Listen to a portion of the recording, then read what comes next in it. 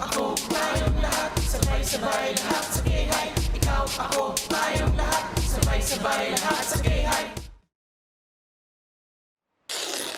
Oh, maupo kayo, maupo kayo. Ayos lang po yun, ma'am. Eh, bakit nga ba kayo nandito? Magpapaturo po sana kami sa algebra. Yung sa solving systems of equations by substitution. Medyo nalilito pa ho kasi kami dun eh. Yun lang ba? Mabuti naman at napag-isipan yung magtanong sa akin. Here is how you solve systems of linear equations using substitution method. For example, if you have the system 2x minus 3y equals negative 2 and 4x plus y equals 24. First, you must choose one equation whose coefficient of either variable is 1 so you can isolate it on one side of the equation. Mas maganda kasi kung ang mapipili nating variable ay may coefficient na 1 para mas mapadali ang pag-solve. Alin ba sa mga sumusunod na variable ang may coefficient na 1? Ma'am, yung y ng pangalawang equation ay may coefficient na 1. Kaya ito ang gagamitin natin. Tama ka, Aga. Ang y variable na ating pangalawang equation ang susubukan nating ihihiwalay. When we isolate one variable, we are essentially expressing this variable in terms of the other variable.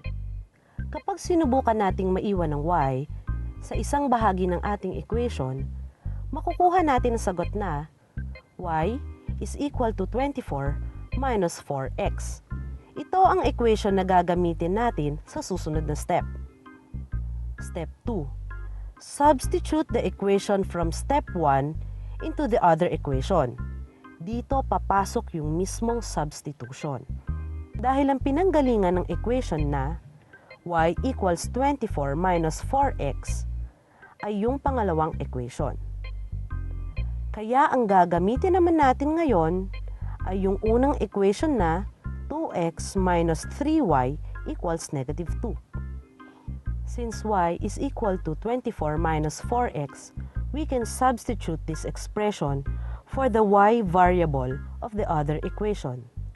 After substituting, we will get 2x minus 3 times the quantity 24 minus 4x equals negative 2.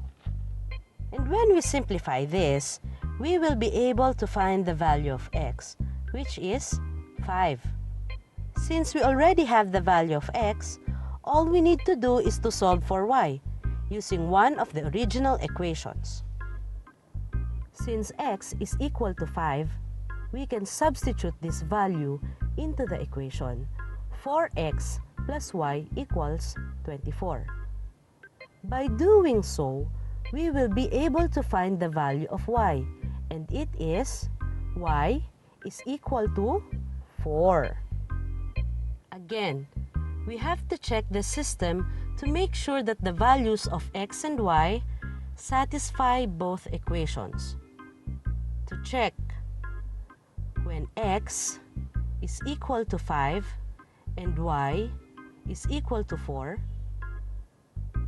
2x minus y equals negative 2.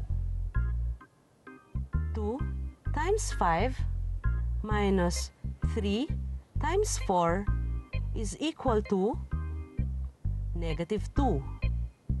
10 minus 12 is equal to negative 2. Negative 2 equals negative 2, true. The values of x and y make both equations true. Therefore, the solution to the system is x equals 5 and y equals 4. Hindi naman po pala ganun kahirap. Parang mas madali yung proseso niya kumpara sa graphing at mas simple kumpara sa elimination. Ikaw, ako, tayong lahat, sabay-sabay lahat sa K-High. Ikaw, ako, tayong lahat, sabay-sabay lahat sa K-High.